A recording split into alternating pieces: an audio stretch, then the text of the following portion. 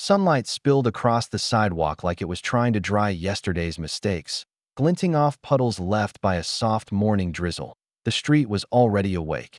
Bus brakes hissed at the corner. A cyclist rang a bell once, sharp and bright. The city hummed gently. Engines, footsteps, distant sirens wrapped in daylight. Evan Carter adjusted his tailored jacket as he stepped out of his black sedan. The morning sun caught the edge of his collar, and he squinted slightly, annoyed more by the brightness than the weather. He checked his watch. 9:02 a.m. Late. Across the street, the glass walls of Bright Fork Bistro reflected the pale blue sky and drifting clouds. Inside, the espresso machine hissed like a restless animal. Cutlery clattered. The breakfast crowd was already heavy.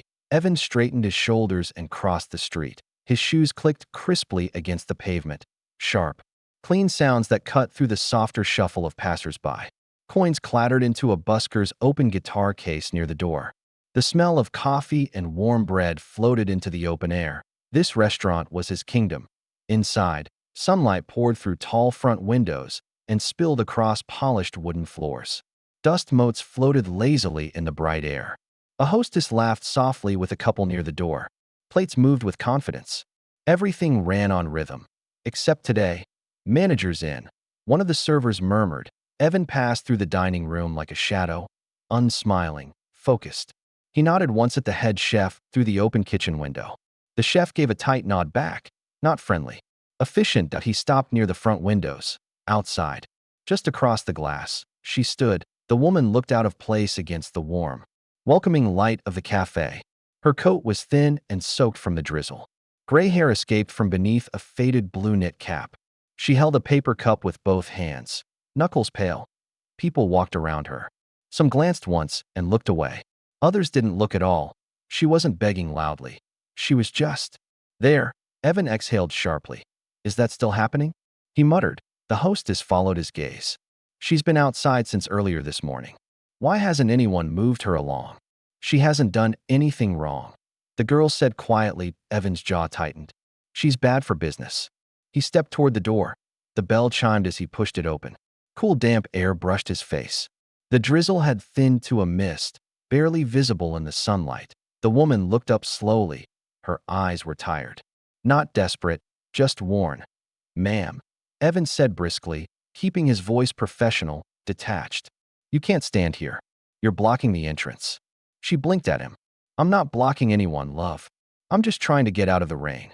There's a public shelter 3 blocks that way, he said, pointing without looking.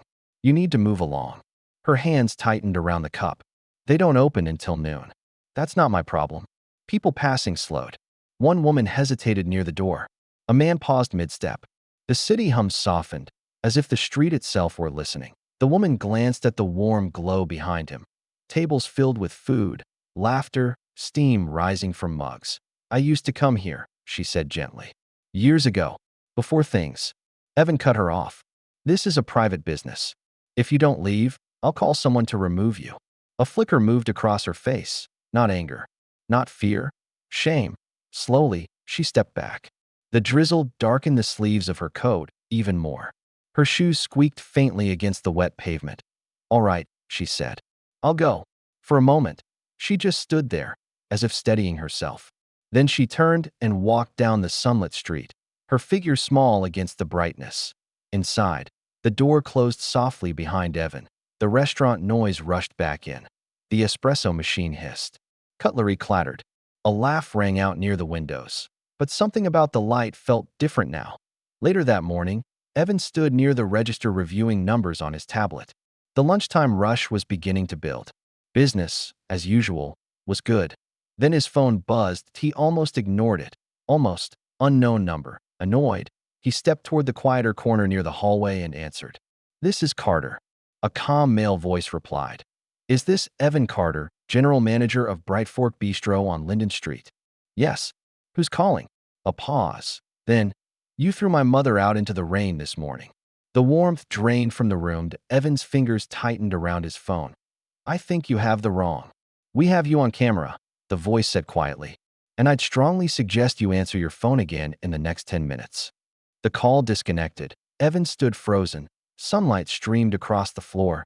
And for the first time that day, he felt cold. The lunch rush rolled in under bright skies and restless light. Sunlight reflected off passing cars outside the windows. Shadows slid slowly across the floors. The dining room filled with voices, forks tapping against plates, glasses clinking. Evan tried to focus, but he failed. His phone sat heavy in his palm. Screen dark, the call replayed in his head. "You threw my mother out into the rain." "Evan?" The head chef called from the pass. "Table 12's holding." "1 minute," Evan said. His voice tighter than he intended. He shoved the tablet aside and stepped into the hallway. The quieter space echoed faintly. Footsteps, distant kitchen noise. The low hum of the building. He called the number back. IT went to voicemail. He swallowed. An hour passed. Then the lunch crowd thinned under the bright afternoon light. One by one, tables emptied. The city outside moved steadily, buses braking, people laughing. A dog barking once in the distance. To at 2:14 p.m. The restaurant doors opened again. A man stepped inside, early 30s. Clean cut, calm, wearing a simple gray jacket and jeans. Not rich looking, but his presence shifted the room. He scanned the dining area once. Then his eyes found Evan. They locked. The man walked toward him slowly. Sunlight poured in behind him, flaring around his shoulders. "Evan Carter," he said, stopping a few feet away. "We meet at last." Evan straightened. "You're the one who called." The man nodded. "Daniel." A silence stretched between them, thick under the afternoon glow. "You embarrassed my mother today," Daniel said calmly. Evan's defensiveness flared. "Your mother was loitering outside my business and discouraging customers. She was standing in the rain." "She was," Daniel lifted a hand. "I'm not here to argue facts," he said, "because I have them." He pulled out his phone and tapped the screen once. Evan's own voice echoed faintly from the speaker. "This is a private business. If you don't leave, I'll call someone to remove you." The room seemed to grow quieter. A nearby server slowed mid-step. Daniel lowered the phone. "That woman you dismissed used to manage a hospital budget larger than this entire block." Evan scoffed reflexively. "People say things when they're desperate. My mother doesn't." Daniel leaned in slightly. "She also paid for this restaurant's first renovation." That landed. Evan's lips parted, but no sound came out. Daniel continued. "Back when it was failing, before you ever worked here, she believed in this place when no one else did." Evan shook his head. "That's not possible. Our investor group changed hands," Daniel said quietly. "Years ago. Look up the foundation, Harlow Community Trust." Evan swallowed. "That's her." A long silence followed. Sunlight shifted across Daniel's face. "But that's not why I'm here," Daniel said. Evan braced. "Then why?" Daniel's voice dropped. "Because she didn't tell me what happened today. I found out from the shelter intake nurse. She collapsed an hour after you sent her out in the weather." Evan's breath caught. "What?" "Exposure," Daniel said, "mixed with dehydration. She's stable, but barely." The noise of the restaurant faded into a distant blur. Evan's fingers trembled. Daniel studied him. "You see, I wasn't planning to come here today, but when the nurse said where she'd been standing before she fainted," he gestured around them, "I knew exactly where to go." Evan's mouth was dry. "I didn't know." "No," Daniel said calmly. "You didn't care to know." Customers nearby were openly watching now. Conversations had dipped into murmurs. Evan became suddenly aware of every face, of the sunlight, of how small he felt beneath it. "What do you want?" Evan asked quietly. Daniel's eyes softened, not with mercy, but with sadness. "I want you to come and see her." Evan hesitated. "Now," Daniel said. They walked out together into the bright afternoon. The drizzle had stopped completely. The street looked clean, almost kind. Puddles reflected sky and passing faces. Inside the car ride, no one spoke. The hospital entrance. Sunlight washed over pale stone and glass. People entered and exited in soft, quiet rhythms. A child laughed near the doors. A nurse pushed a wheelchair past them. Evan's footsteps sounded too loud. The hallway inside was bright, clean, smelled of soap and warm air. His own footsteps echoed beside Daniel's. They stopped at a curtained room near a window. Daniel paused before pulling it aside. Evan's hands tightened. Inside, the woman lay propped up in the bed. Sunlight fell gently across her face. She looked smaller than she had on the street. Fragile. Her eyes opened slowly. "Daniel," she whispered. He smiled softly. "Hi, Mom." Her gaze drifted to Evan. Recognition flickered. He had never felt smaller in his life. "I'm sorry," Evan said suddenly. The words tumbled out. "I didn't know. I should have." She studied him. For a long moment, she said nothing. Then, softly, "You were very afraid of something today." Evan blinked. "What?" "Looking weak," she said. "People who push others in the rain are usually running from their own storms." Tears burned his eyes. Outside the window, clouds moved lazily across a blue sky. Daniel exhaled slowly. "This isn't about punishment," he said to Evan. "It's about what happens next." Evan nodded, for once. He didn't argue. The next morning arrived slow and bright. Sunlight drifted across quiet buildings. A warm breeze moved tree leaves along the sidewalk. The world felt gentler than it had the day before. Evan sat alone on a wooden bench outside the hospital. He hadn't slept. His jacket rested beside him. His sleeves were rolled up. Sunlight warmed his arms, grounding him. People passed, nurses on break, visitors with coffee cups, an elderly man feeding birds crumbs from his palm. For the first time in years, Evan wasn't thinking about numbers, he was thinking about her. Daniel joined him with 2 paper cups. He handed one over. "Tea," he said.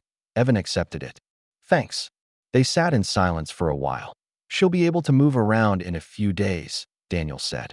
"Doctors say she's tougher than she looks." A pause. "She had a home once," Evan said quietly. Daniel smiled faintly. "She still does. She just forgot where it was for a while." Later that afternoon, Bright Fork Bistro reopened. But this time, something was different. The front windows were thrown open. Fresh flowers lined the entrance. Light spilled warmly across the floors. Evan stood at the door, not in a suit, in a simple shirt. When the woman returned 3 days later, it was in broad daylight. She walked carefully with Daniel beside her. The sun caught the silver in her hair. People at nearby tables slowly realized who she was. Evan stepped forward, no words, just a gentle nod that he opened the door for her. Inside, a small plaque already rested on the wall near the register. "This place exists because someone chose kindness first." She smiled at it. Later that week, Evan quietly donated his personal bonus to the local sheltered NO Press. NO announcement. Just action. One afternoon, as sunlight filtered through the restaurant's windows, she came back again. This time alone, she sat near the front. Evan brought her tea. They shared a quiet smile. Outside, the late afternoon sun painted everything gold. Final image. Evan watches the street through the glass as she walks back into the light. No longer alone. Moral true wealth isn't measured in pounds or dollars, but in the lives we lift as we rise.